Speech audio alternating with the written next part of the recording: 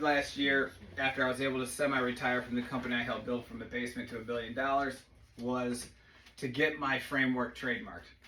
So I went to lawyers, they looked it up, they made sure that everything matched up, and I was able to get that trademark, which is so important because it not only verifies what I've done, but it's also, when I say it's proven, it's absolutely proven. So this process works, okay? So what does CARE stand for? It stands for Connection Amplifying Real Engagement. Connection Amplifying Real Engagement. That's what you're doing here. And being in this industry, talking to you guys today, it's just a typical Friday. And policies might be your product, but people have got to be your passion. They have got to be your purpose. And so that's what I'll dive into today for sure. But the foundation for my framework, and you'll see it on what the first page that I gave you, is this is going to look like a pyramid. And at the bottom of the pyramid are the foundational structures to be consistent, to be adaptable, to be reliable, and to execute. Okay, and consistency isn't about repetition. Consistency is your reputation. And in being adaptable in anybody's line of work, you're going to get a phone call today, and they're going to be extremely angry, or their pipes burst. And how do you adapt? How do you adapt to that conversation? How do you start to show and make them feel you're actually listening to them and showing compassion for what they're doing? Because, and I'll share a story. It was 24 years ago. I've been a State Farm client for my life, I feel like. And I had a small house fire when my wife and I were just starting out. And we didn't have a lot of money when we were just starting out, and it kind of burned down our kitchen. And at the time I wasn't using Jeff, I was using somebody on the other side of the state. But I had gone in and talked with him and met with him, and he was just starting his branch out, and I was just starting out the staffing. And so we were kind of growing our services together. But on that day when I got home and I saw black smoke coming out of my house, I made a phone call, and within 15, 20 minutes, he had left the soccer game. He was watching his son, and he was at my house. And it wasn't that he showed up, it was the way in which he showed up. He showed up like, man, are you guys all right? Like, I could actually feel compassion. And the reliability that, you say you're going to be there, he was there. And I remember him sitting on the front porch of my house telling me everything's going to be all right. At the time, having a beer, having a cold one to calm me down. And everything in our house got fixed. And I was like, wow, that stands for something. And so it didn't matter whoever called me. I wasn't leaving that. I was going to build that relationship because I trusted him. So if you look at my CARE framework, the C's here, being consistent, showing compassion, curiosity, those are your trust drivers. If you ultimately put an equal sign at the end of that and put trust, that's what that equals up. All right? But this foundation that I've written down here, to be consistently adaptable, reliable, and execute, should be on everybody's website. Every company in America should have that goal. And it's so easy to say, well, God, that's great. So it's just, consistently adaptable. I kind of hit them throughout. But the reality is, put consistent in front of any one of these other attributes and ask yourself if you're doing it every day. So are you consistently thinking about what you're doing at 5 o'clock? Or are you consistently thinking about how many policies you got to write today? Or how many people you can impact today? It's a different idea, okay? The other form that I had that I want you to look at, I saw Andy peering at it, is this one right here. Okay? If you look at the right side of the page, you're going to see that each one of these attributes, and I have an assessment to send you guys. That's why I had you fill out the form with your email. Each one of these is worth 1 point. Okay, so it's a 12-point system. And if you can see on here, what do you want to ultimately build? You want to build partners. So State Farm became a partner of mine. I transferred all of our insurance a few years ago over to Jeff because compassion has layers to it. I'll jump into that in a second. I wanted my family to help me out with it. I felt trust. And so I moved everything over to Evan and Jeff, and away we go.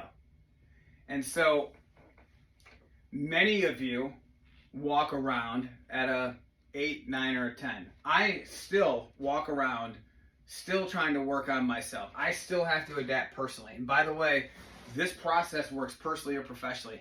Look at this and think about your personal life and the relationships you have within it.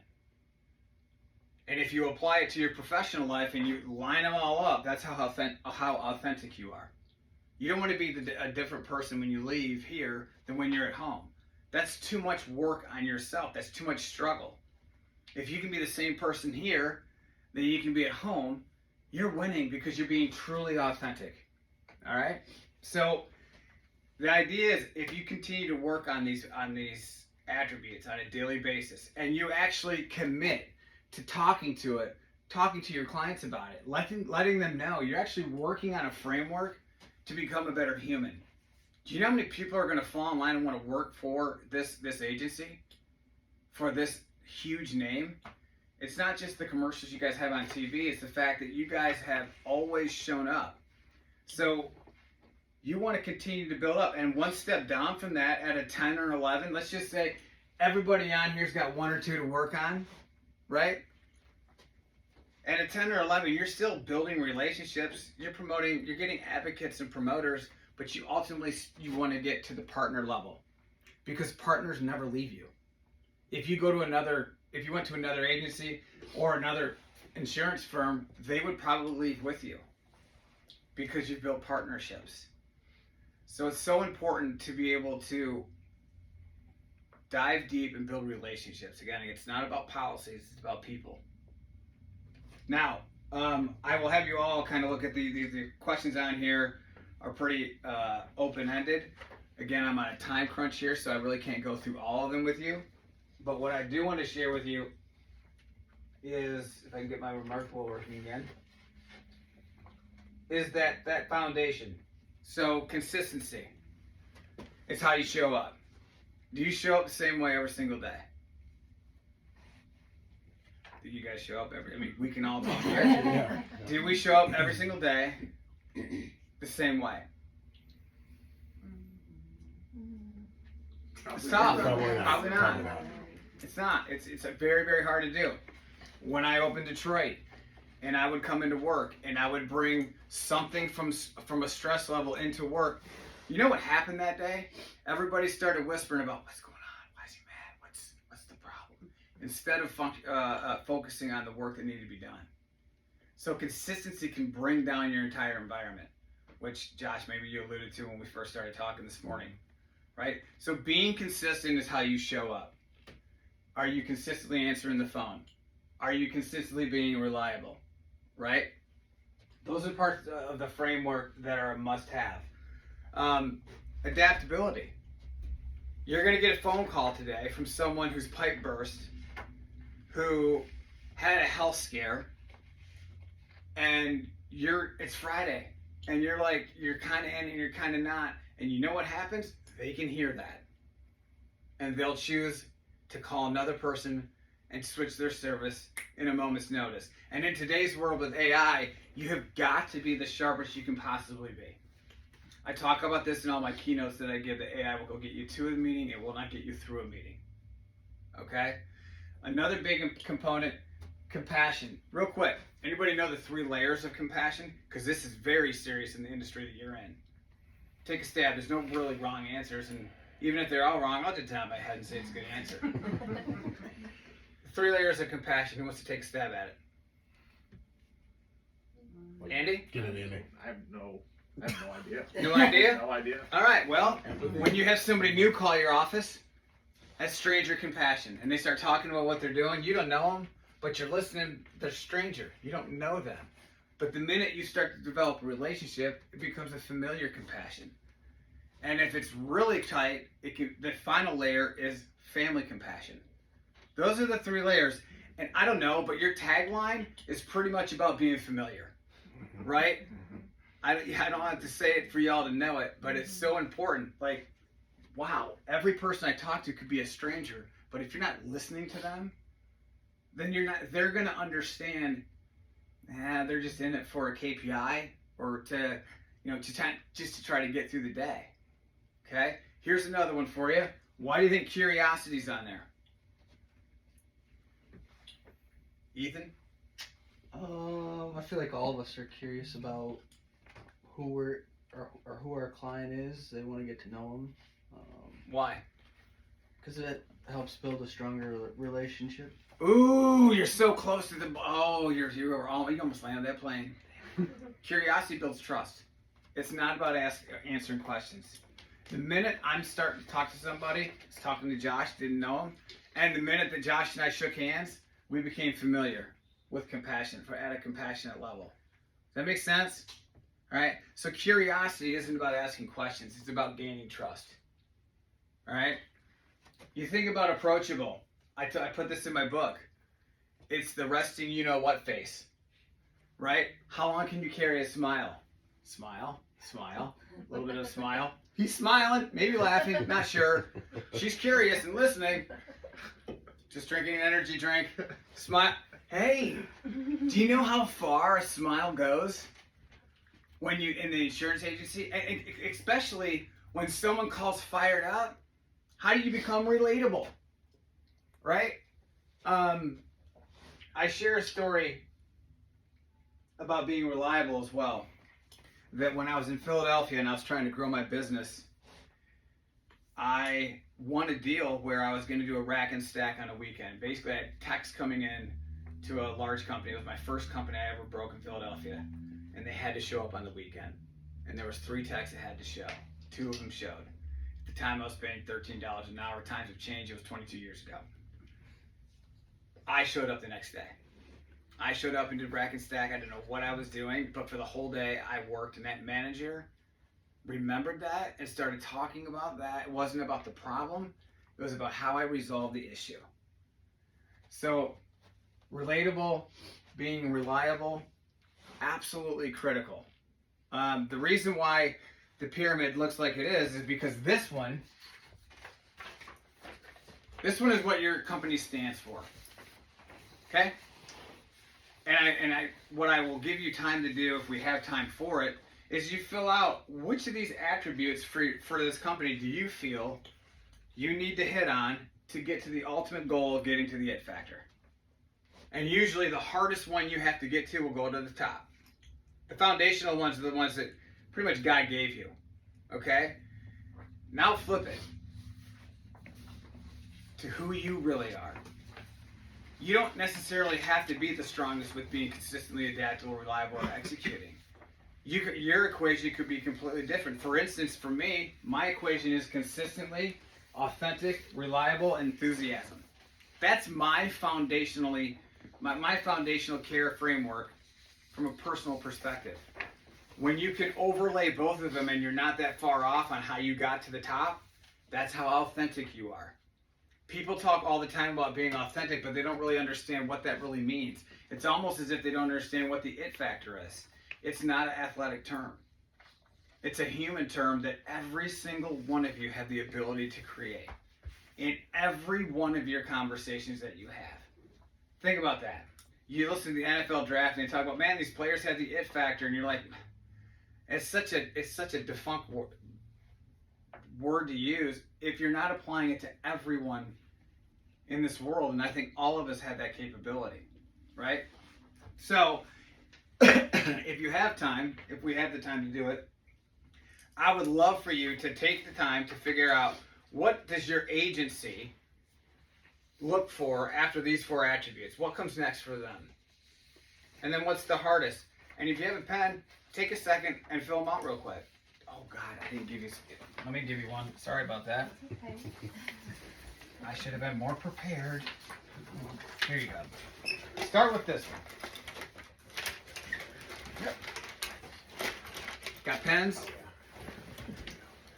So think about, Glory, from your aspect, you're dealing with people all the time, clients, both commercially and your everyday client that you deal with. Which one of those attributes helps you get to the top after your foundational ones? Because these should be the foundational cores for your business. Mine would be curiosity and compassion. Okay, so there's 3 right there. What would be the 3rd one as you continue to build up? Approachable. Ah, why? Because if you come in there rude and nasty, or they're rude, well, I can't control them. No, But you I can't. have to But you be. can control your. Yep, I have to be. And respectful. We have to respect them and their wishes and So that's you brought up a very important one. Respect. I put unconditional underneath that. Josh, why is respect so important? Builds trust. If I can't respect you, you're not respecting me, there's no trust, and I don't want to give you any of my information or have you help insure my house, and because I can't trust that you'll be there if we can't have that mutual respect. I don't have to like you, but you have to at least have that respect. So. There you go. Other ways of showing respect. Any ideas? Listening. Yes, thank you. So true. Never sit in the lobby. If you're ever in a lobby, unless you're at a doctor's office, always stand. Even if they're a half hour late, never sit in the lobby. The minute you sit, it shows that you're not ready for that conversation. And when that manager finally comes out after months of you trying to meet with them and you're sitting in the lobby, how's that look? It doesn't look that good. In the world of AI, it can take notes for you.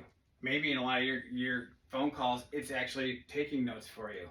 But how about pulling out your pad of paper and still taking notes anyways, because you care more about making sure you don't miss anything than an AI system. That's building respect.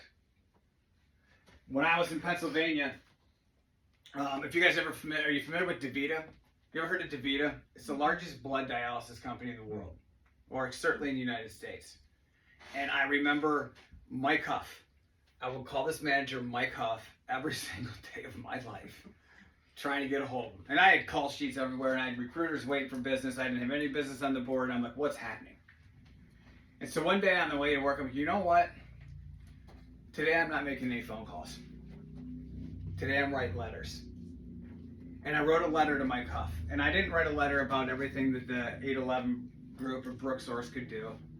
I wrote a letter about who I was and why I was in Pennsylvania with my wife, trying to make friends. Really just trying to make friends before even talking about staffing.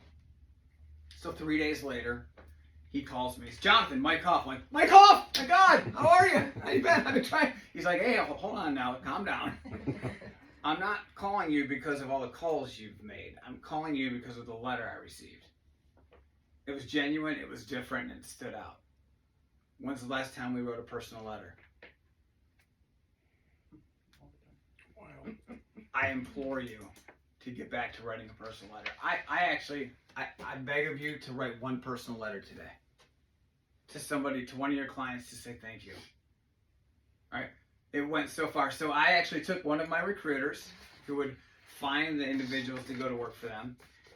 That was from Pittsburgh. I knew Mike Huff was from Pittsburgh. And I don't know, it's like a cult in Pittsburgh, black and yellow. So those two got together, and it was as if I wasn't even in the meeting. Like, I could have left. 3 weeks later, we broke them. And they became the largest company at that point that we had worked with for my organization. And still to this day, we work with all the DaVita locations across the country. Comcast, pretty big company.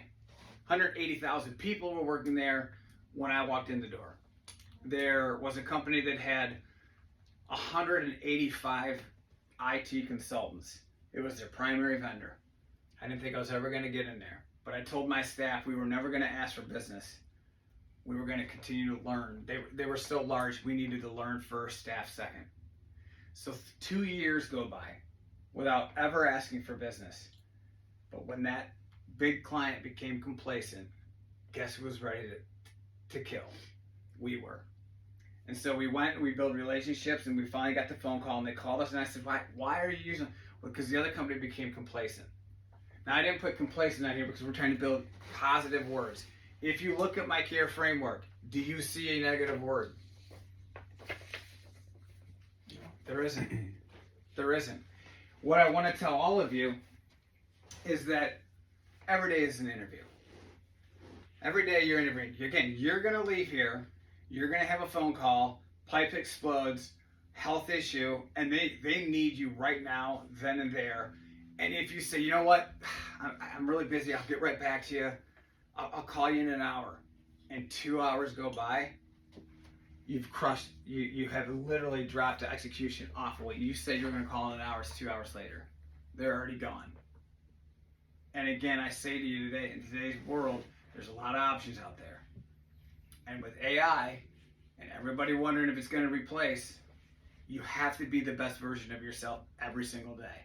Hence, why my company is called Soul Focus. It's the head and heart. It's those moments in the day where your head and heart come together and create an it factor. A memory like I just shared from 27 years ago when I had a house fire. And I called this agency and I was like, hey, this is who I'm going to stick with. And then 25 minutes later, he showed up. So, who here has a question about why maybe enthusiasm and eagerness are on there?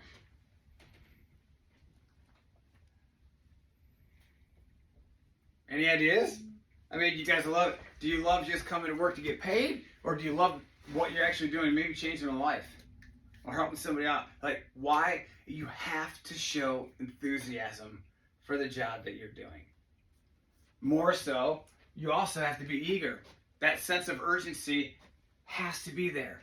Sitting on the edge of your seat, it's like you sit up like, oh, that's eager. She wants to know more. Eagerness can be felt, it can be seen, it can be heard. Most all of these can be felt, seen, and heard. I see all nodding heads. Who's got questions? I want to stop and make sure I'm asking or giving you guys the opportunity to ask any question you want. Who's got a question? Someone's got to give me one. I don't have a question, but I mean, enthusiastic, that's like super big. My boss, he comes in every day, fist pumps everybody, and the mood just instantly is lifted. It rises. Yeah. Ah, I couldn't. That's like his number one thing, that he's the rah-rah guy. It's and for me, and I've shared it in my best-selling book. For the longest time, I had win the day in my office. And I know, and I will even say this about Evan, I'm so proud of him for how hard he's worked. And I know he's had that win the day mentality. But I also believe, and it shifted for me when I saw loss in my life. And that started a while ago for me. 27 years ago for me when we lost your dad. It changed from win the day to live the day. It doesn't need to be perfect. Life's not an agenda. It's not going to be written for you every day. You don't know what's going to happen on the phone the next time it rings. So why not be happy for the life you get to live? I was driving over here today, almost emotional, thinking about all my memories from Battle Creek, thinking about how I could impact you guys, and hopefully when you leave, you're like, man, this guy's got that energy. Like, I need this. You all have this. Use it. And then it flashes right in with eagerness. Okay? Be eager to learn more. Be eager to want to make a compassion go from stranger to familiar. Okay? Now, relatable. This one is understanding your audience, right?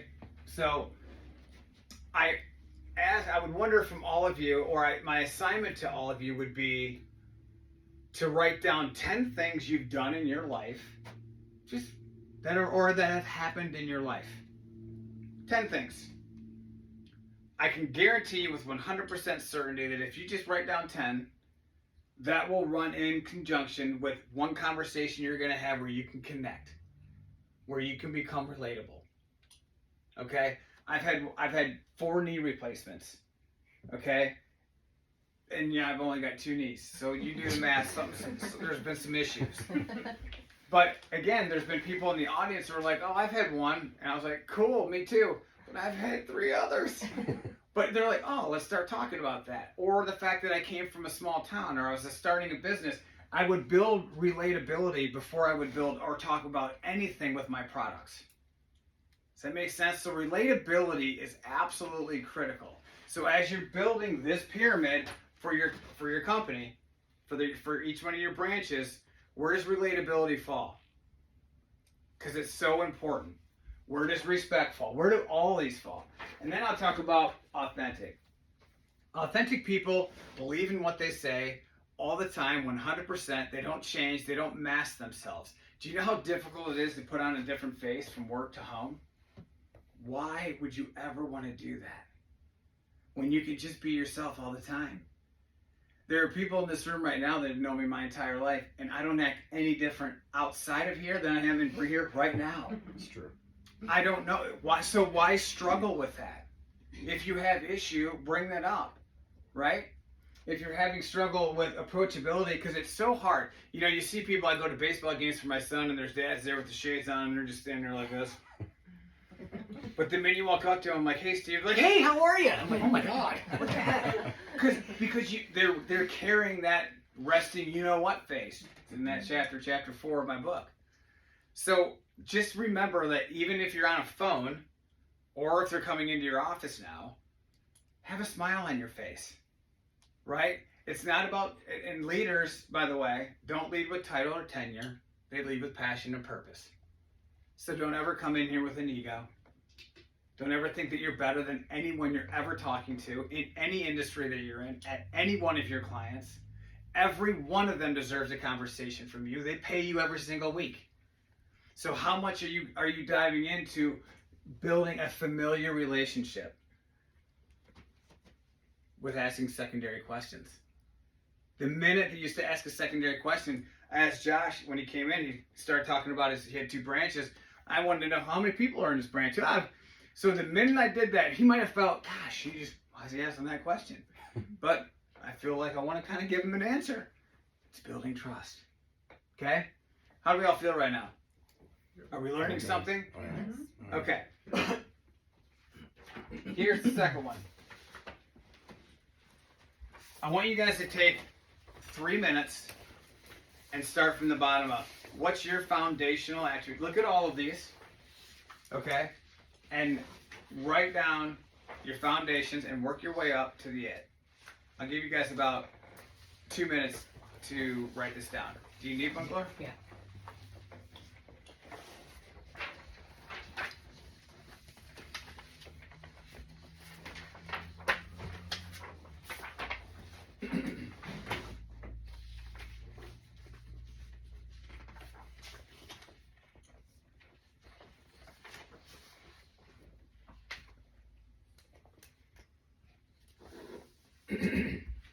While you're writing these down, one of the reasons why I bring this up, one of the most important pieces of what I can share with you today is, how do you know you're hitting on all these?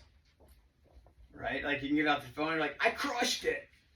But then you never get a call back. So how do you know you're actually hitting on all these attributes? Always ask for feedback. When I finish this conversation with you guys today, I'll ask all of you, how do you guys feel this went? Because I want that feedback.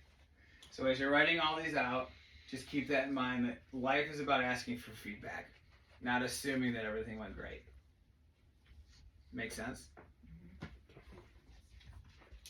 And when you're done, just kind of raise your hand.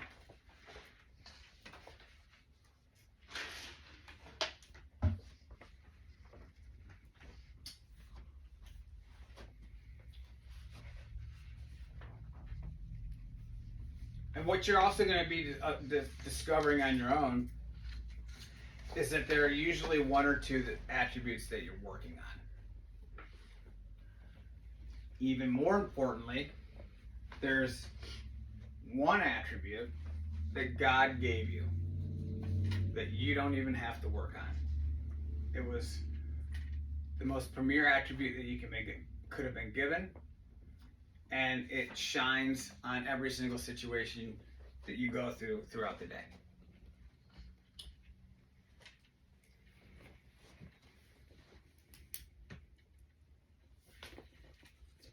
It's tough, isn't it?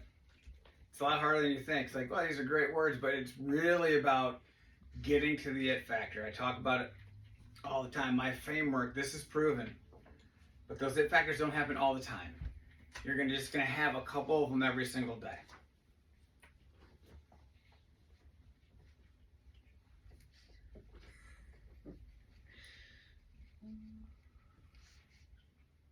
Evan is in deep thought. Second guessing myself. And there's no wrong to any of these. No, But usually what you're going to find on that is that the hardest one should be at the very top.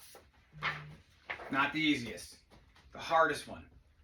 Because you're gonna, like I said, you're walking around 9 or 10 of these attributes most of the time anyways.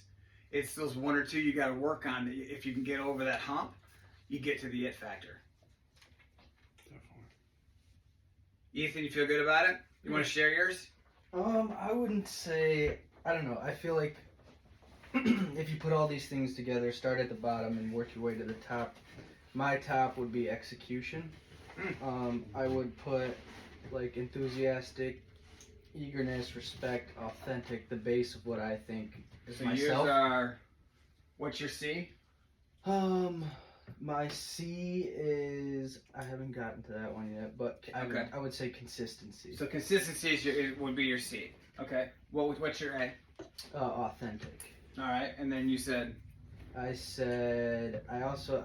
went with all 3 of the R's. I think I could use all 3 of those and use them as one to really help me on a day-to-day basis. Okay. That's great. Missy, how about you? What was the hardest one for you to put down?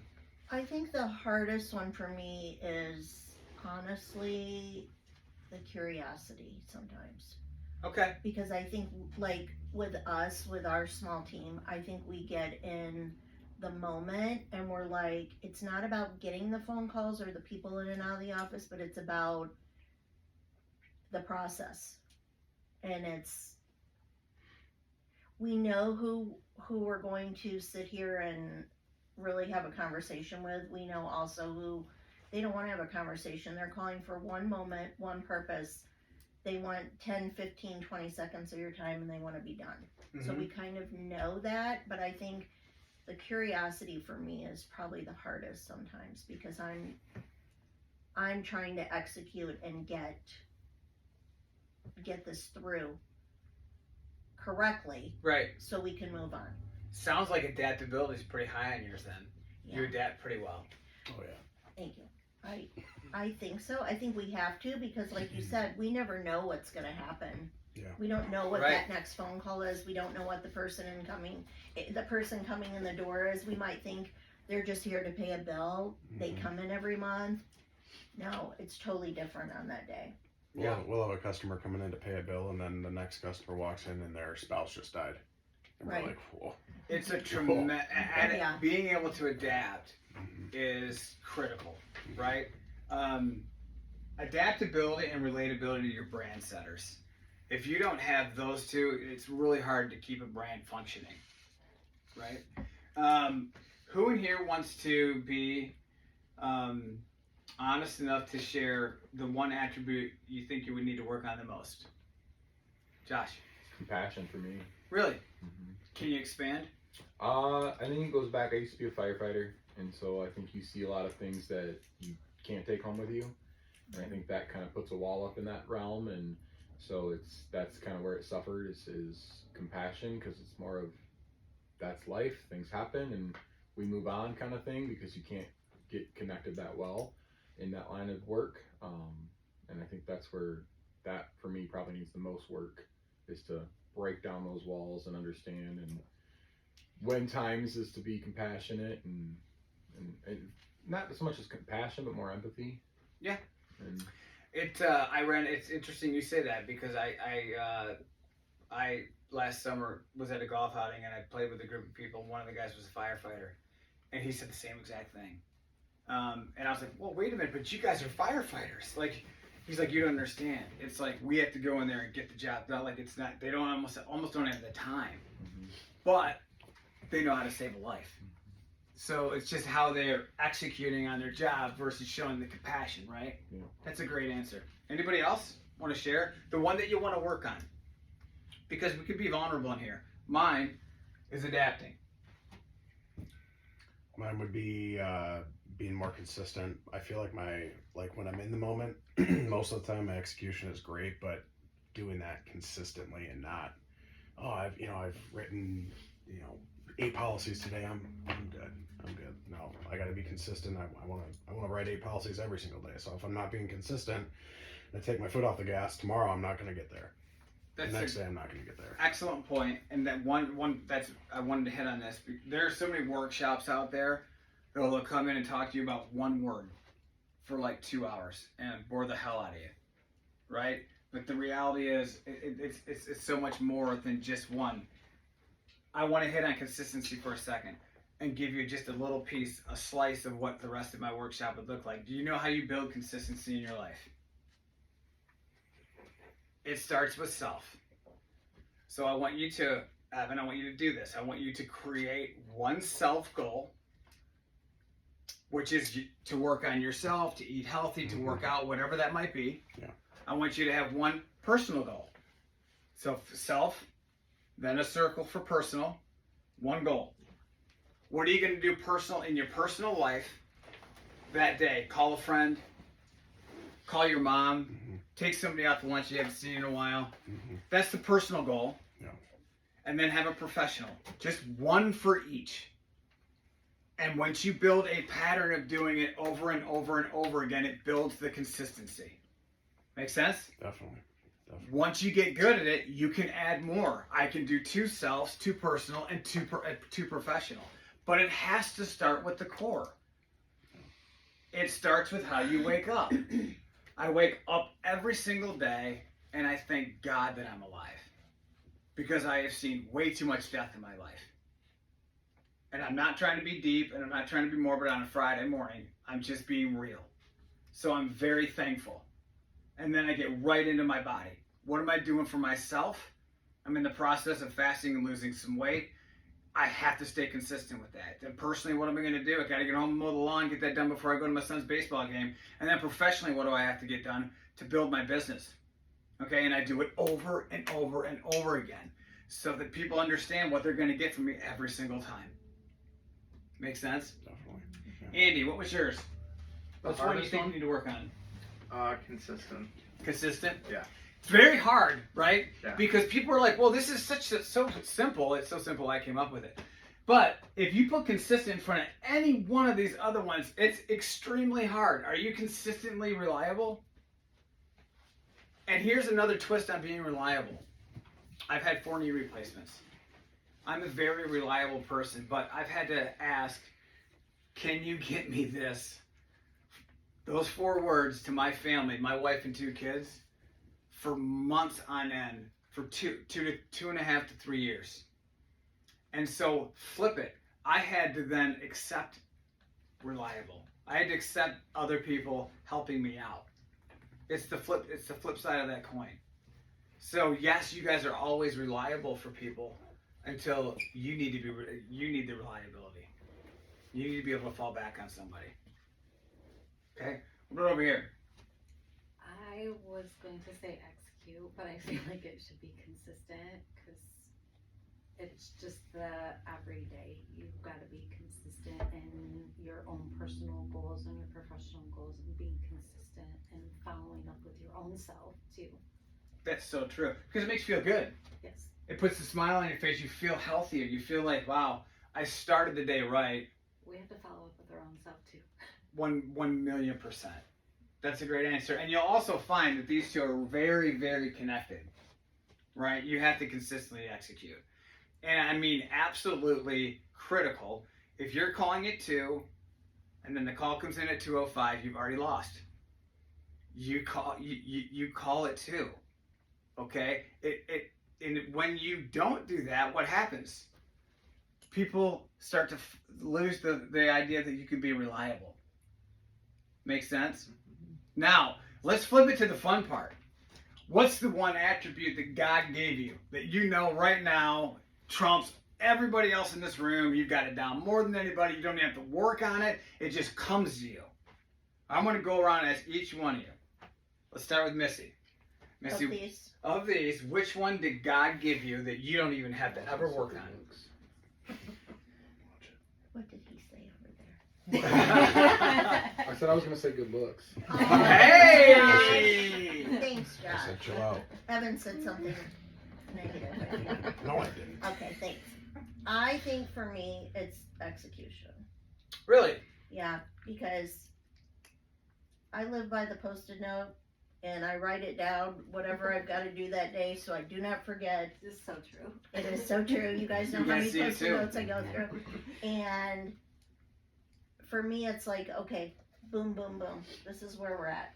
Now, what happens in between all of that, sometimes the plan deviates a little bit, but I think for me, it's like, okay, execution.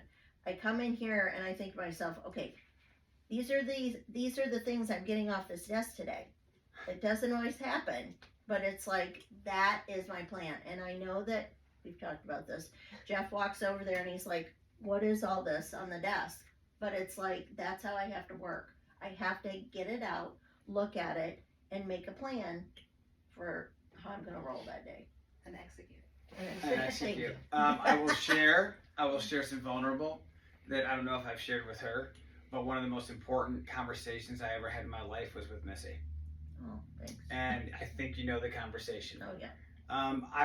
When I started my company, before, not this one, 25 years ago when I helped the basement to $1 billion company, right?